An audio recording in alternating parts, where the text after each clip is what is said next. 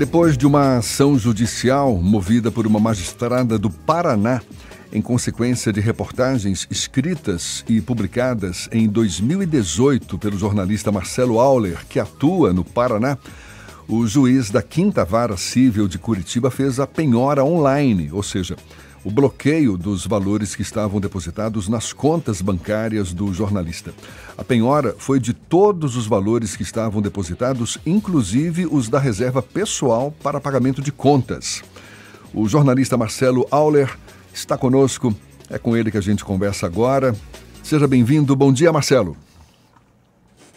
Bom dia, ouvintes da Tarde FM, bom dia aos baianos, nesta sexta-feira, 31 de janeiro, fechando o mês de janeiro.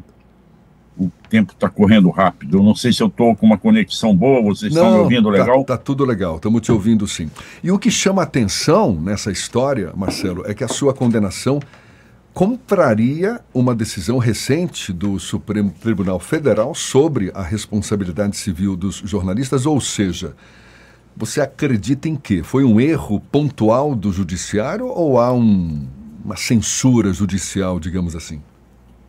Bom, vamos por parte. Primeiro, eu atuo no Rio de Janeiro. Eu estava em Curitiba porque eu estava acompanhando a prisão do Lula e fiquei sabendo dessa história, que eu não vou poder entrar em detalhes, porque uma das decisões da Justiça do Paraná foi de me censurar. Eu sou proibido de falar do caso. Eu não posso falar do caso. E isso é um absurdo, porque o Supremo Tribunal Federal, desde 2009, a famosa DPF 147, se eu não me engano, já determinou que não há como ter censura. A Constituição não permite censura. Então, o primeiro erro é esse, me censuraram. Eles alegam que a minha matéria era errada, que eu menti, e a mentira é deles. Você me pergunta o que eu acho que houve. Para mim, houve corporativismo. Não quiseram ouvir minhas testemunhas. Tem uma colega nossa da associação, inclusive, que depois entrou para a Associação Brasileira de Imprensa. Eu já era da BI, eles não. Associação Brasileira de Imprensa aqui no Rio, no Brasil, né? Nós temos a ABI, já com 117 anos. Uma colega nossa entrevistou, é um problema com uma família de haitianos, refugiados, em que separaram o pai das crianças. E a colega nossa entrevistou o pai dessas crianças. Mas foi a única pessoa que conversou com esse haitiano usando uma tradução oficial do crioulo.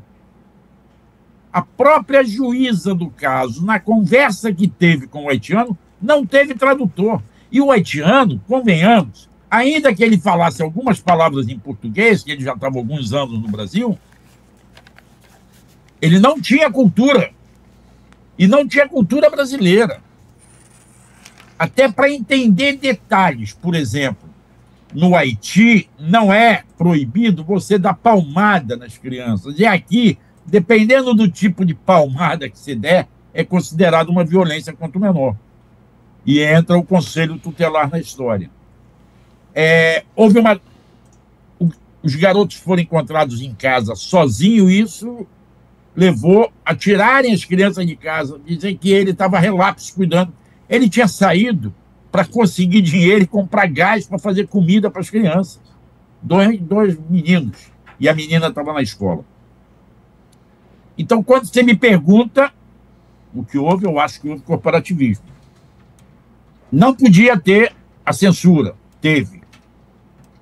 Eu estou recorrendo, tem uma reclamação minha do Supremo Tribunal Federal. Agora, depois da sentença, a primeira sentença é de 2023, a matéria é de 2018. Primeira sentença do juizado de primeiro grau é 2023. A segunda sentença no tribunal, confirmando a decisão do juiz, é de 2024, sem que tivessem ouvido todas as minhas testemunhas. Por exemplo, eu arrolei como testemunha esta tradutora do crioulo, que é alguém da comunidade haitiana, e não foi ouvida. Então, essa segunda sentença de 2024 foi antes dessa outra decisão que você está falando, do Supremo Tribunal Federal, que foi em maio passado, a ação direta de inconstitucionalidade 6792, impetrada pela ABI, Associação Brasileira de Imprensa, e nesta ação, no voto do ministro relator, que era ninguém menos do que o Luiz Roberto Barroso, hoje presidente, e já era presidente, se eu não me engano, eles chegam à conclusão de que a responsabilidade civil dos jornalistas, eu estou lendo aqui, no caso de divulgação de notícias que envolvam pessoa jurídica ou assunto de interesse social, e são duas coisas, envolva pessoa pública ou assunto de interesse social, trata-se de uma pessoa pública, trata-se de um interesse pessoal, de interesse público, social. Porque na mesma época, todos criticavam que o Trump nos Estados Unidos estava separando crianças dos seus pais mexicanos que entravam ilegalmente no país. E aí, voltando para a decisão, a responsabilidade civil do jornalista, no caso de divulgação de notícias que envolvam pessoa pública ou assunto de interesse social, depende de um jornalista ter agido com dolo, eu não agi com dolo, ou culpa grave. Agora, Marcelo, você tem o apoio da ABI, a Associação Brasileira de Imprensa, a FENAGE também, Federação Nacional dos Jornalistas, o Instituto Vladimir Herzog também se posiciona a seu favor. Agora, em relação a esse caso, parece que grandes veículos, à exceção da gente aqui, estão se mantendo em silêncio. Isso te incomoda de alguma forma? Não, eu já estou acostumado a isso, mas já houve notícias a respeito, já houve outros noticiários a respeito, não agora, no passado, mas eu já estou muito acostumado a isso. Eu sou jornalista há 50 anos. Eu já estou acostumado a brigar por essas coisas. Sei que nem sempre a mídia chamada corporativa apoia. Toda a mídia independente, como vocês aí, e a Tarde é uma mídia corporativa, está sendo uma exceção, mas a mídia independente está toda comigo. Você veja, a ABI e a FENAGE estão patrocinando um abaixo-assinado para encaminhar segunda-feira, quando volta o ano judiciário ao Supremo, que nós já temos 490 assinaturas de jornalistas, alguns políticos, como Zé Dirceu, como o ministro Paulo Teixeira, que é advogado, Zé Dirceu é advogado, como o ministro Paulo Pimenta, que é jornalista e sócio da Associação Brasileira de Imprensa, como o deputado Rui Falcão, que é jornalista e sócio da Associação Brasileira de Imprensa, mas basicamente são 500 jornalistas assinando e pedindo o que ao Supremo? Suspendam as ações do Paraná, não é acabe, suspendam, analisem o caso por essa decisão de maio, em que nós, jornalistas, só somos responsáveis quando cometemos erro grave ou dolo. Eu não cometi erro grave, eu tenho testemunha de que aquilo tudo aconteceu. Eu não conheço a juíza para dizer que eu estou perseguindo ela, nunca vi na vida, não tenho o menor problema com ela, não sei se é branca, preta, gorda, magra, baixa, alta, não conheço, nem quero conhecer, nunca tive. Não foi feita audiência de conciliação, ela dispensou, e o colega dela, juiz, aceitou, não sei por que não quis fazer conciliação. Já decretaram a censura antes de conversarem comigo. Então, o que a gente está pedindo ao Supremo é: suspenda essa decisão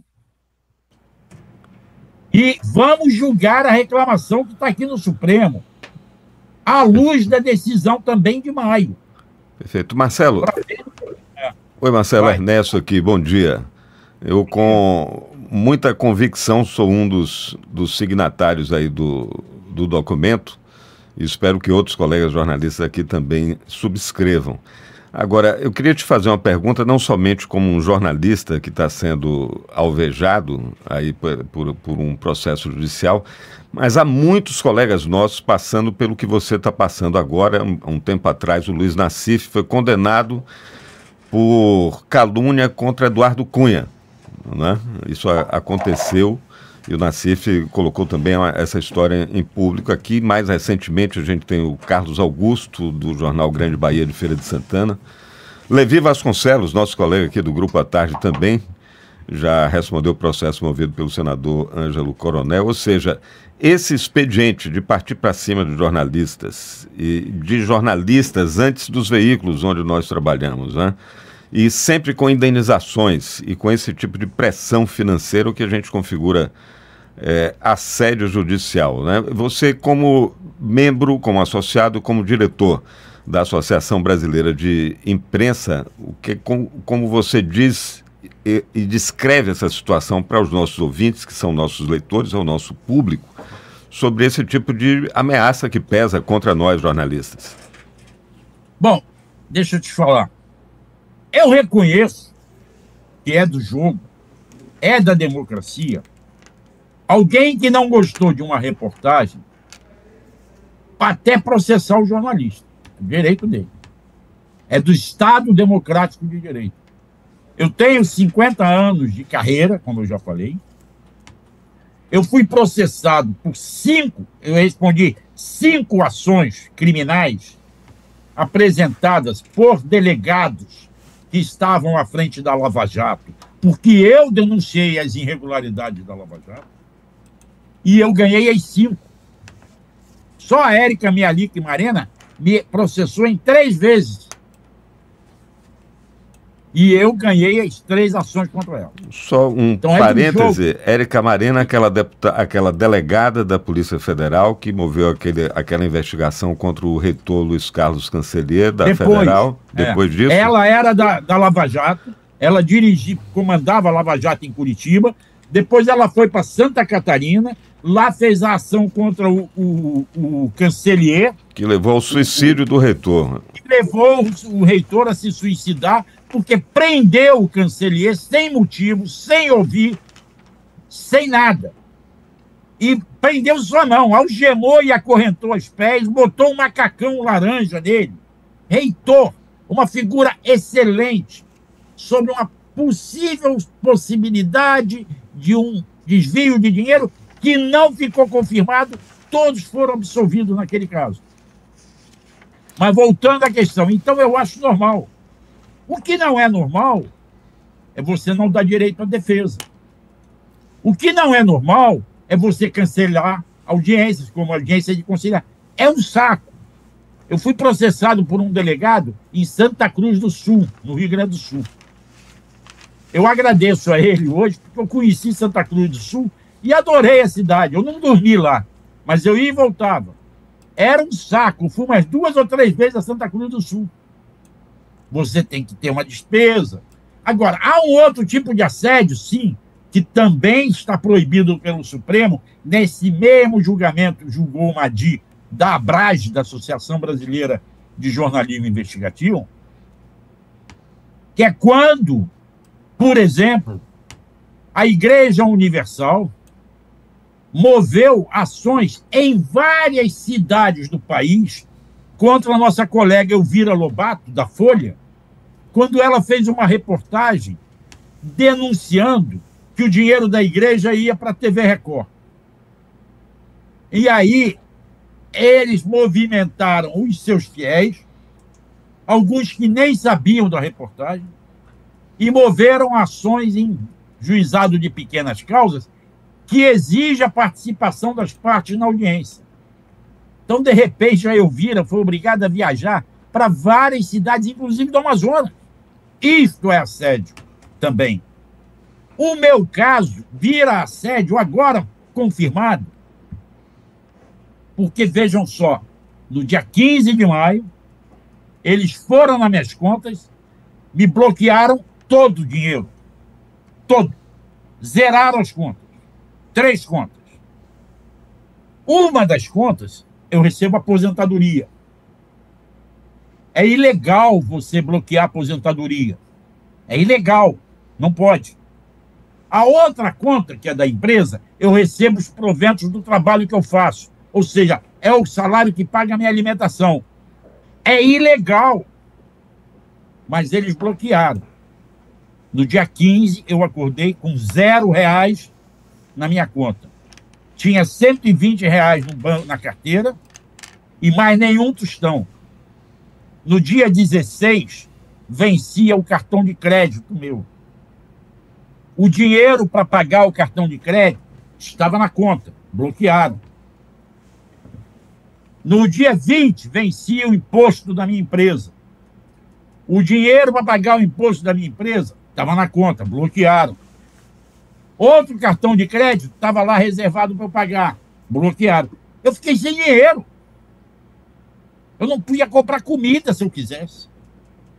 É que eu tinha alguma comida em casa. Para terminar, Marcelo, explica para os nossos ouvintes... Só para acabar, para vocês verem o absurdo. Depois de terem me bloqueado as contas, agora, na quinta-feira, eu recebi do cartório de título de protestos aqui do Rio de Janeiro, uma intimação para, em 72 horas, depositar R$78 mil na conta dos caras. Com que dinheiro, se eles bloquearam toda a minha conta? E já tem uma grande parte do dinheiro lá. Uma grande não, uma pequena parte do dinheiro lá. Estão me cobrando 2 vezes, isso é assédio. Isso caracteriza assédio. Isso é um absurdo. Agora, Marcelo, para a gente encerrar aqui a entrevista, explica aqui para os nossos ouvintes, porque esse não é um problema do Marcelo Auler ou do jornalista Marcelo Auler, isso é um problema que atinge a democracia de uma forma geral e o direito que as pessoas têm de receber informação de qualidade nessa guerra contra a desinformação, contra a fake news, contra o obscurantismo. Sim, o que você quer saber? Não, eu queria que você dissesse, a partir da sua posição como diretor da Associação Brasileira de Imprensa e como jornalista, mas como alguém que está sendo alvo desse processo de assédio judicial, por que esse não é um problema individual do cidadão Marcelo ou do jornalista Marcelo Auler, mas é um problema que atinge todos nós? Porque isso está virando uma prática de você, principalmente político, no caso foi uma juíza, no meu foi um delegado, de você processar alguém, mesmo o cara, a pessoa narrando a verdade. Mesmo narrando a verdade. Agora a justiça tem que estar atenta. Não pode sair censurando. Tem que ouvir o jornalista antes. Não ouviram. Tem que ouvir as testemunhas antes. É claro, você tem o direito a não revelar suas fontes. É um direito constitucional. Mas você, como jornalista, é obrigado a provar que o que você escreveu é verdade. E eu provo que é verdade. Eu tenho testemunha. Agora, não quiseram me ouvir. Então aí vira corporativismo. E censura, né? Para vocês, censura. Para vocês terem uma ideia, não pode ser normal uma juíza receber proventos, sem o 13º, no mês de dezembro, de R$130 mil. Descontado, feitos os descontos lá de praxe, líquido na conta dela, R$82 mil. É normal um funcionário público receber R$82 mil mensal, num mês, como provento? Para mim, não. Alguma coisa é errado, tá? Marcelo Auler, olhe, receba nosso abraço, nosso apoio e o desejo de boa sorte aí nessa sua empreitada. E muito obrigado também pela disponibilidade, pela atenção dada aos nossos ouvintes. A gente vai ter que encerrar. Um abraço forte e até uma próxima, então, amigo. Obrigado, até uma próxima. Muito obrigado pelo apoio. Um grande abraço ao povo baiano aí. Tamo junto. 15 minutos para as 8 na Tarde FM.